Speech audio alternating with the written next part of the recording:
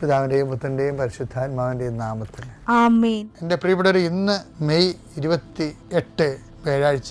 അമ്മേ പരിശുദ്ധ അമ്മേ, അമ്മേ പരിശുദ്ധമേ, ദൈവമാതാവേ, കൃപാസനത്തിലൂടെ ഞങ്ങൾക്കും ഞങ്ങളുടെ ദേശത്തിനും അമ്മ മധ്യസ്ഥം തേടി തന്ന എല്ലാ അനുഗ്രഹങ്ങൾക്കും കൃപകൾക്കും ഞങ്ങളിപ്പോൾ ഹൃദയം നിറഞ്ഞ നന്ദി പറയുന്നു.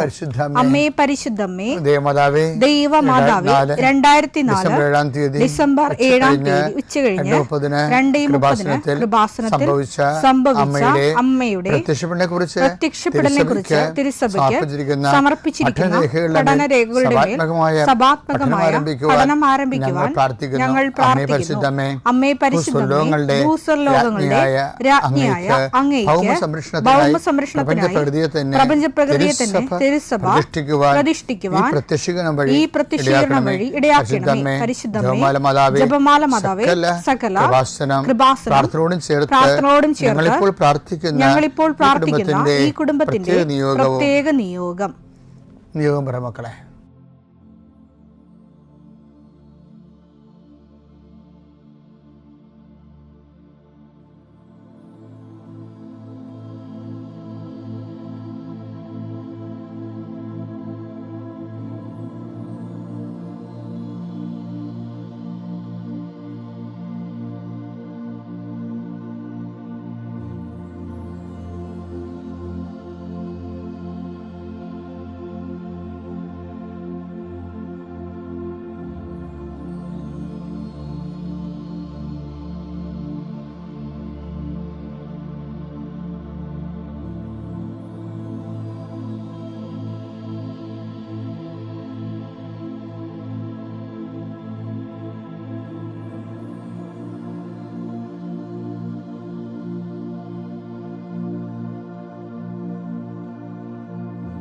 അമ്മയുടെ പ്രത്യക്ഷീകരണത്തിന്റെ ഈ അനുഗ്രഹവേളയിൽ ഞങ്ങൾക്ക് സാധിച്ചു തരുവാൻ കനിയണമേ. ആമേൻ. വിശ്വാസ പ്രമാണം. സർവശക്തനായ പിതാവും ആകാശത്തിന്റെയും ഭൂമിയുടെയും സൃഷ്ടാവുമായ ദൈവത്തിൽ ഞാൻ വിശ്വസിക്കുന്നു. അവിടുത്തെ ഏകപുത്രനും ഞങ്ങളുടെ കർത്താവുമായ ഈശോ മിശിഹായിലും ഞാൻ വിശ്വസിക്കുന്നു. ഈ പുത്രൻ പരിശുദ്ധാത്മാവിനാൽ ഗർഭസ്ഥനായി കന്യകാമറിയത്തിൽ നിന്ന് പിറന്ന് പൊന്തിയോസ് പീലാത്തോസിന്റെ കാലത്ത് പീഡകൾ സഹിച്ച് കുരിശിൽ തറയ്ക്കപ്പെട്ട് മരിച്ച് അടക്കപ്പെട്ട് പാതാളങ്ങളിൽ ഇറങ്ങി മരിച്ചവരുടെ ഇടയിൽ നിന്ന് 3-ാം നാൾ ഉയർത്ത് സ്വർഗത്തിലേക്ക് എഴുന്നള്ളി സർവശക്തിയുള്ള പിതാവായ ദൈവത്തിന്റെ വലതുഭാഗത്തിരിക്കുന്നു. അവിടെ നിന്ന് ജീവിക്കുന്നവരെയും മരിച്ചവരെയും വിധിക്കുവാൻ വരുമെന്നും ഞാൻ വിശ്വസിക്കുന്നു. പരിശുദ്ധാത്മാവിലും ഞാൻ വിശ്വസിക്കുന്നു. വിശുദ്ധ കത്തോലിക്കാ സഭയിലും പുണ്യവാന്മാരുടെ ഐക്യത്തിലും പാപങ്ങളുടെ മോചനത്തിലും ശരീരത്തിന്റെ ഉയർപ്പിലും നിത്യമായ ജീവിതത്തിലും ഞാൻ വിശ്വസിക്കുന്നു. ആമേൻ. സുഖസ്ഥനായ ഞങ്ങളുടെ പിതാവേ, അങ്ങയുടെ നാമം പൂജിതമാകണമേ. അങ്ങയുടെ രാജ്യം വരണമേ. അങ്ങയുടെ തിരുമനസ് സ്വർഗത്തിലെ പോലെ ഭൂമിയിലും ആകണമേ. അന്നു വേണ്ടുന്ന ആഹാരം ഇന്ന് ഞങ്ങൾക്ക് തരണമേ. ഞങ്ങളോട് തെറ്റ് ചെയ്യുന്നവരോട് ഞങ്ങൾ ക്ഷമിക്കുന്നത് പോലെ ഞങ്ങളുടെ തെറ്റുകൾ ഞങ്ങളോടും ക്ഷമിക്കണമേ. ഞങ്ങളെ പ്രലോഭനത്തിൽ ഉൾപ്പെടുത്തരുതേ, തിന്മയിൽ ഞങ്ങൾ രക്ഷിക്കണമേ. ആമേൻ. നന്മ നിറഞ്ഞ മറിയമേ, സ്വസ്തി. കർത്താവ് അങ്ങയുടെ കൂടെ സ്ത്രീകളിൽ അങ്ങ് അനുഗ്രഹിക്കപ്പെട്ടവളാകുന്നു. അങ്ങയുടെ ഉദരത്തിൻ ഫലമായി ഈശോ അനുഗ്രഹിക്കപ്പെട്ടവനാകുന്നു. പരിശുദ്ധ മറിയമേ, തമ്പുരാന്റെ അമ്മേ, പാപികളായ ഞങ്ങൾക്ക് വേണ്ടി ഇപ്പോഴും ഞങ്ങളുടെ മരണസമയത്തും തമ്പുരാനോട് അപേക്ഷിക്കണമേ. ആമേൻ. കർത്താവേ, നിന്റെ ഉന്നതമായ നാമത്തിന് സ്തോത്രം ചെയ്യുന്നു. കർത്താവേ, നിന്റെ വിശുദ്ധ പൗരോഹിത്യത്തെ മഹത്വപ്പെടുത്തണമേ. കർത്താവേ, സഭയിലുള്ള സാന്നിധ്യം പ്രകടമാക്കണമേ. 40 വർഷം ഞാൻ അർപ്പിച്ച കുർബാനയുടെ യോഗ്യതയാണ്. കൃപാസ്ഥാനത്താറെ ജീവനോടെ പ്രത്യക്ഷപ്പെട്ട പരിശുദ്ധമ്മയുടെ പ്രത്യക്ഷീകരണത്തിന് സ്ഥിരീകരണത്തിനായി അങ്ങയുടെ മക്കൾ ഇന്ന് അഭിമുഖിക്കുന്ന എല്ലാ വിഷയത്തിൻ്റെ മേലും സഞ്ചാരി മാതാവേ, സമയത്തിൻ്റെ അധികാരി അമ്മയുടെ പ്രത്യേകമായ സാന്നിധ്യം ഉണ്ടായിക്കൊണ്ട് കർത്താവേ, ഞങ്ങളുടെ കഴിവ് കൊണ്ടല്ല, അങ്ങയുടെ കൃപ കൊണ്ടാണ് അങ്ങയുടെ മക്കൾ എവിടെയെല്ലാം യാത്ര ചെല്ലുന്നുവോ, ഏതെല്ലാം പരീക്ഷ എഴുതുന്നുവോ, ഏതെല്ലാം പക്ഷേ റിസൾട്ട് കാത്തിരിക്കുന്നുവോ, ഓരോ വിഷയത്തിന് മനസ്സ് എന്ത് നേറിക്കൊണ്ട് കാത്തിരിക്കുന്ന സഹായം പ്രതീക്ഷിക്കുന്ന ഓരോ സ്ഥലങ്ങളെയും കർത്താവേ, അത് നഷ്ടപ്പെട്ടു പോകാതെ അവർക്ക് കിട്ടാനും അവർക്ക് അനുഭവവേദ്യമാക്കാനും കർത്താവെ സഹായിക്കണമേ എന്ന് പ്രാർത്ഥിക്കുന്നു. ഓരോ ഡേറ്റും നീ പ്രത്യാശയോടെ കാത്തിരിക്കുന്ന ചില വ്യക്തികളുടെ വരവ്, പ്രത്യാശയോടെ കാത്തിരിക്കുന്ന ചില ഓഫറുകൾ, പ്രത്യാശയോടെ കാത്തിരിക്കുന്ന ചില തീയതികൾ എല്ലാം എൻ്റെ ദൈവവേദനെ നിനക്ക് അനുഗ്രഹമായി മാറട്ടെ. അതിനെതിരെ വരുന്ന എല്ലാ തിന്മയുടെ ശക്തികളെയും ഈശോയുടെ നാമത്തിൽ ഞാൻ ബന്ധിച്ചു കർത്താവിന് കാൽക്കീഴിലാക്കുന്നു. കർത്താവെ, രോഗികൾ, പീഡിതര്, കുടുംബസമാധാനം ഇല്ലാത്തവര്, വിദേശ യാത്ര ചെയ്യുന്നവര്, കർത്താവെ അവരെല്ലാം നീ ആശീർവദിക്കണമെന്ന് പ്രാർത്ഥിക്കുന്നു. എൻ്റെ കർത്താവിൻ്റെ ഉന്നതമായ നാമത്തിൽ സഭയുടെ അധികാരത്തിൽ കുരിശിൻ്റെ അടയാളത്തിൽ ഉപരി പഠനത്തിന് വേണ്ടി ചിന്തിക്കുന്നവരും ആലോചിക്കുന്നവരും അതിനുവേണ്ടി പരിശ്രമിക്കുന്നവരും അവരുടെ കഴിവിനേക്കാൾ കൂടി ദൈവത്തിൻ്റെ കൃപയാൽ അവർ ചെന്നെത്തേണ്ട ഇടത്ത് അവരെ എത്തിക്കാൻ വേണ്ടി പരിശുദ്ധമ്മ ദൈവമാതാവിൻ്റെ മധ്യസ്ഥ പ്രാർത്ഥിക്കുന്നു. കർത്താവ് അസ്ഥിരോഗികളെ നിസുഖപ്പെടുന്നതിനെ ഓർത്ത് നന്ദി പറയുന്നു. ആ ദർശനത്തിലുള്ളതാണ്. അസ്ഥിരോഗികളെ കർത്താവ് സുഖപ്പെടുന്നതിനെ ഓർത്ത് നന്ദി പറയുന്നു. നിത്യം പിതാവും പുത്രനും പരിശുദ്ധാത്മാവായ സർവേശ്വരനെ നീക്കുവാമേ. എൻ്റെ പ്രിയപ്പെട്ടവർ, ഞാൻ ഇന്നലെ പറഞ്ഞില്ലേ, അതായത് ഓരോ വിഷയത്തിനും അതിൻ്റെതായിട്ടുള്ള അഭിഷേകമുണ്ടെന്ന്. ഈ അഭിഷേകത്തിന് ബൈബിളിൽ പറയണ വാക്കെന്താണെന്നറിയാമോ? അനോയിൻറ്റിങ് എന്ന് പറയും, പക്ഷേ ചില സമയത്ത് വിശ്രമം എന്ന് പറയും.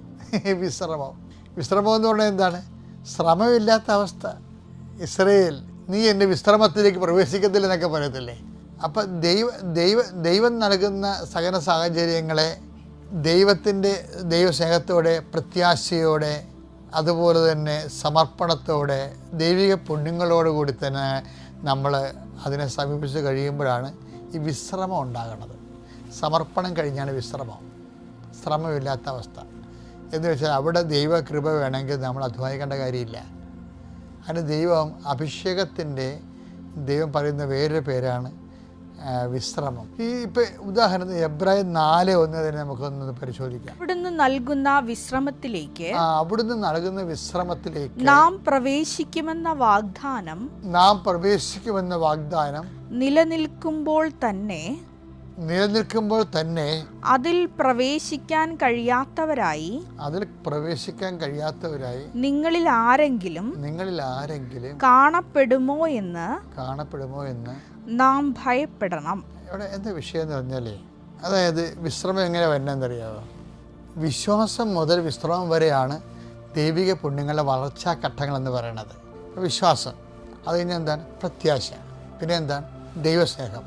നമ്മുടെ എല്ലാ പ്രാർത്ഥനകളും പ്രവർത്തനങ്ങളും എല്ലാം ലോഞ്ച് ചെയ്യണത് ഈ ഒരു മോഡിലാണ് ലോഞ്ച് ചെയ്യണത്.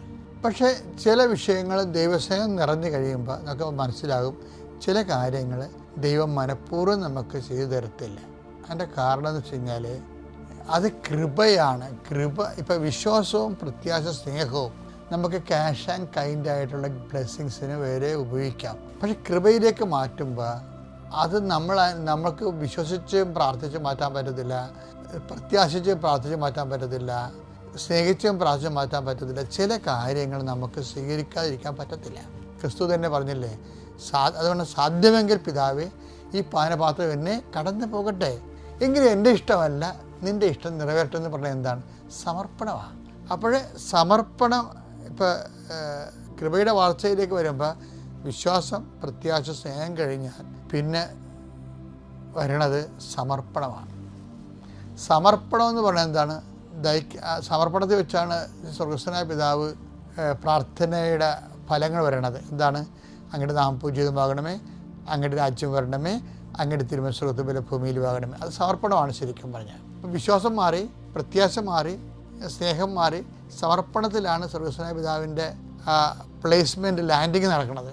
ഇനി സമർപ്പണം കഴിഞ്ഞാൽ പിന്നെ എന്താ സംഭവിക്കണത്? പിന്നെ ഞങ്ങളെ പ്രലോഭനത്തിൽ ഉൾപ്പെടുത്തരുത് എന്ന് വെച്ചാൽ ആരുൾപ്പെടുത്തരുതെന്നാണ്? ദൈവമാണ് ഉൾപ്പെടുത്തുന്നത്. അതെ, ദൈവത്തിന് വേണമെങ്കിൽ നമ്മളെ പാപരഹിതരായി ജീവിക്കാൻ വേണ്ട അഭിഷേകം തരാം. അതെങ്ങനെ മനസ്സിലാകുന്നറിയാമോ? അതറിയണമെങ്കിൽ നമ്മൾ ജെറമിയ എന്ന് വായിച്ചാൽ മതി. ജെറമിയ 31:2 വായിച്ചേ. കർത്താവ് അരുൾ ചെയ്യുന്നു, വാളിനെ അതിജീവിച്ച ജനം, ക്ലേശങ്ങളാണ് ഉദ്ദേശിക്കുന്നത്, ക്ലേശങ്ങളെ അതിജീവിച്ച ജനം മരുഭൂമിയിൽ കൃപ കണ്ടെത്തി. അപ്പം എപ്പോഴും ഈ കൃപ കണ്ടെത്തുന്ന എപ്പോഴും വെച്ചാണ് ക്ലേശങ്ങളെ അതിജീവിച്ച് കഴിഞ്ഞാണ്. അതിജീവിക്കണം എന്തുകൊണ്ടാണ്? അതിജീവിത വിശ്വാസം കൊണ്ടാണ്. അതിജീവിത വിശ്വാസം കൊണ്ടാണ് ക്ലേശങ്ങളെ നമ്മൾ അതിജീവിക്കുന്നത്. ക്ലേശങ്ങളുണ്ടാവും, പക്ഷെ അതിനെ കൗണ്ടറാക്ട് ചെയ്യാനും അതിനെ അതിജീവിക്കാനും നമുക്കെന്താ വേണ്ടത്? കോമൺ ഫെയ്ത്ത് പറ്റത്തില്ല. ഇപ്പം ഇന്ന് കഴിഞ്ഞ ദിവസം കാനഡയിൽ നിന്ന് എൻ്റെ 2 സഹോദരങ്ങൾ വന്ന് എന്നെ അവിടെ ധ്യാനത്തെ വിളിക്കാൻ വേണ്ടി. അപ്പോൾ അവർ വന്നപ്പോൾ ഞാനവിടെ സംസാരിച്ചിരിക്കുകയാണ്. അപ്പോൾ ഞങ്ങൾ വിശ്വാസത്തെക്കുറിച്ച് സംസാരിച്ചത്. അപ്പോൾ ഞാനോട് പറഞ്ഞു, ഈ കോമൺ ഫെയ്ത്ത് കൊണ്ട് ആഞ്ഞിലി കൊണ്ട് ഒരു വീഡിയോ വെക്കുമെന്ന് ചോദിച്ചു അവരോട്. ആഞ്ഞിലി കൊണ്ട്. അപ്പോൾ അവർ പറയും വെക്കൂല അച്ഛാ. ഞാൻ പറഞ്ഞാൽ വെള്ളം മാറ്റിയിട്ടല്ലേ വെക്കത്തുള്ളൂ, കാതൽ കൊണ്ടല്ലേ വീഡിയോ വെക്കത്തുള്ളൂ. കാര്യം ആഞ്ഞിലി 1000 കൊല്ലം എന്നൊക്കെ പറഞ്ഞിട്ടില്ലേ. പക്ഷേ അതിൻ്റെ അകത്ത് എന്താ പ്രശ്നം? അതിൻ്റെ വെള്ളമുണ്ട്. വെള്ളം കളഞ്ഞില്ലെങ്കിൽ ഒരു 10 കൊല്ലം കഴിയുമ്പോൾ തന്നെ വെള്ളം ഉച്ചുകൂത്താൻ തുടങ്ങും. അപ്പോൾ ആഞ്ഞിലി വെള്ളം വെച്ച് ഒരു വീഡിയോ വെക്കുക ഇല്ല. ഈ കോമൺ ഫെയ്ത്തിൻ്റെ അകത്തൊരു കുഴപ്പമുണ്ട്. നമുക്കുള്ള വിശ്വാസം, പലർക്കുള്ള വിശ്വാസം അതാണ്. അത് ഉച്ചുകൂത്താൻ തുടങ്ങും. കുറച്ച് കഴിയുമ്പോൾ ഉച്ചുകൂത്താൻ തുടങ്ങും. അതിൻ്റെ ബലക്ഷയം ഉണ്ടാകും. കാര്യം ഈ കോമൺ ഫെയ്ത്തിൻ്റെ അകത്ത് വിശ്വാസത്തിൽ അവിശ്വാസം കൂടി ഉണ്ട്. അല്പവിശ്വാസമുണ്ട്. അല്പവിശ്വാസം എന്ന് പറഞ്ഞാൽ അല്പം കാതലും ബാക്കിയെല്ലാം വെള്ളയുമാണെന്നായി പറയണത്. അല്പവിശ്വാസി ഈശോ ചോദിക്കണില്ലേ സംശയിച്ചത് എന്ത്? അതിപ്പോൾ വിശ്വാസത്തിൻ്റെ കൂടെ തന്നെ ആഞ്ഞിലിയുടെ കൂടെ കാതലുള്ള പോലെ തന്നെ വെള്ളയുണ്ട്, സംശയം ഉണ്ടെന്ന് അർത്ഥം. സംശയത്തിന് വെള്ളയെന്ന് പറയണത്. വെള്ളം കെട്ടി വെച്ച് അറുത്ത് എല്ലാവരും വീട് വെക്കുക ഇല്ല, അത് ചൂത്തു എപ്പോഴായാലും. അപ്പോൾ അതുകൊണ്ട് ദൈവം അതൊന്നും എടുക്കത്തില്ല. അല്പവിശ്വാസികളെ ഒന്നും ദൈവം ഒരു കാര്യത്തിൽ എടുക്കത്തില്ല. പിന്നെ എന്താ ചെയ്യണത്? Woman your faith is great. നിൻ്റെ വിശ്വാസം വലുതാണെന്ന് പറഞ്ഞില്ലേ?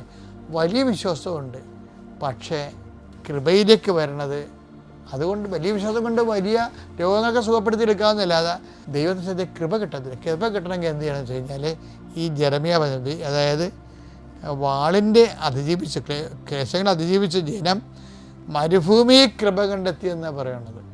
ഇപ്പം കൃപ കണ്ടെത്തുന്നത് എപ്പോഴും സാധുലമായ പച്ചപ്പുറങ്ങളല്ല, അത് ബ്ലെസ്സിങ്സാണ്.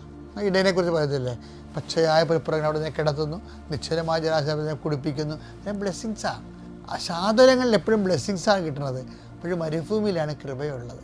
ആ കൃപ ആരായിരിക്കണം? വാളിനെ അതിജീവിച്ച ജനമാണ്. അപ്പം വാളിനെ അതിജീവിച്ചവരാണ് കൃപയിലേക്ക് തിരഞ്ഞെടുക്കപ്പെടുന്നവർ.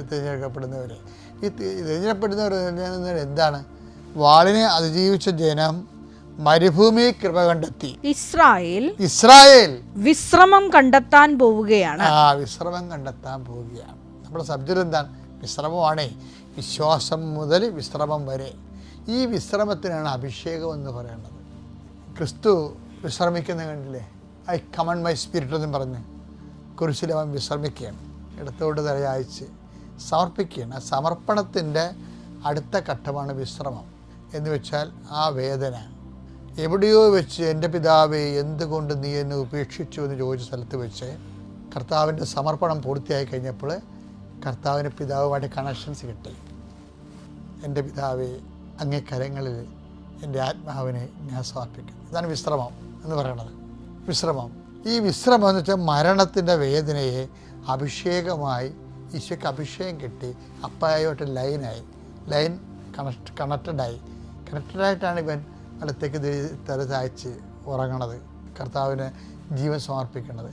അതുപോലെ തന്നെ ഈ ഒരു ടൈമാണ് കൃപയുടെ കഠോര കൃപ. അവൻ്റെ കഠോര കൃപ. മെൽ ഗിബ്സനൊക്കെ ആ സമയത്ത് ഭയങ്കര മഴ പെയ്യിക്കണ കാണാം. എന്ത് രസമാണെന്ന് അറിയാം. ഈ പാഷൻ ഓഫ് ക്രൈസ്റ്റ് അവനിങ്ങനെ തല ചായ്ച്ച് കിടക്കുമ്പോൾ തന്നെ ഒരു തുള്ളി വെള്ളം അങ്ങനെ വീഴും. പിന്നെ വീഴണത് ഒരു ശതകോടി വെള്ളമാണ് വീഴണത്. കൃപയുടെ മഴ പെയ്യണ കാണാം. അതിമനോഹരമാണ് ആ സിനിമ. അപ്പം അതുപോലെ തന്നെ വിശ്രമം. ഇപ്പോൾ ഓട്ടിസം രോഗികളെന്ന് ഞാൻ കഴിഞ്ഞ ധ്യാനത്തിൽ പറഞ്ഞില്ലേ, അവർക്കും അവരെ സൂക്ഷിക്കുന്നവരും ഒരു ടൈം കഴിയുമ്പോൾ വിശ്രമത്തിലേക്ക് പ്രവേശിക്കും. എങ്ങനെ വെച്ച് കഴിഞ്ഞാൽ ഈ സംഭവങ്ങൾ ആദ്യകാലങ്ങളിലെ പോലെ അവരുടെ മനസ്സിനെ വേദനിപ്പിക്കാത്തൊരവസ്ഥയിലേക്ക് ദൈവസ്നേഹവും സമർപ്പണം കൊണ്ട് നിറഞ്ഞിട്ട് സമർപ്പണത്തിന് അടുത്ത ഘട്ടത്തിൽ ദൈവം ഇങ്ങനൊരു കുഞ്ഞിനെ തന്നതിന് ഞാൻ നന്ദി പറയുന്നു, ഞാൻ അങ്ങയുടെ വിശ്രമത്തിലേക്ക് പ്രവേശിക്കുകയാണ്, എന്താ കൃപയിൽ അഭിഷേകത്തിലേക്ക് പ്രവേശിക്കുകയാണ്. എല്ലാത്തിനും എൻ്റെ ദൈവവേദന അഭിഷേകമുണ്ട്. നിങ്ങൾ ഈ കല്യാണം കഴിച്ചിട്ട് പിരിയണം എന്നൊക്കെ പറയുമ്പോൾ എനിക്ക് ഭയങ്കര ദേഷ്യം വരും. കാരണം വെച്ചാൽ ഒന്നാമത്തെ ലോകത്താന്മാരെ പിരിയത്തുള്ളൂ. ജഡിക കോമാളികൾ മാത്രമേ പിരിയത്തുള്ളൂ, അല്ലാത്തവർ പിരിയത്തില്ല. കാര്യം അവർക്ക് ആത്മജ്ഞാനം ഉണ്ടെന്നുണ്ടെങ്കിൽ ഏത് ചെന്നായും പുള്ളിപ്പുലിയാനും പശുവിൻ്റെ കൂടെ താമസിക്കും, പശു ചെന്നായ്ക്കളോട് താമസിക്കും. അഭിഷേകത്തിൻ്റെ വിശ്രമത്തിൻ്റെ വലിയ കാലമാണത്. അത് കൊണ്ട് തന്നെ നമ്മൾ ഇത് ദൈവത്തിന് മാറരുത്. ശരിക്കും എന്ത് ക്ലേശം ഉണ്ടായാലും ദൈവത്തെ എപ്പോഴും പ്രാർത്ഥിക്കേണ്ടത് ദൈവത്തിൻ്റെ പേരിൽ ഒരു കളങ്കമായ വാക്കുപോലും ഉണ്ടാകാതിരിക്കാൻ വേണ്ടി പ്രാർത്ഥിക്കണം. അത് ഞാൻ നാളെ പറയാം. പിതാവിൻ്റെയും പുത്രൻ്റെയും പരിശുദ്ധാത്മാവിൻ്റെയും നാമത്തിൽ.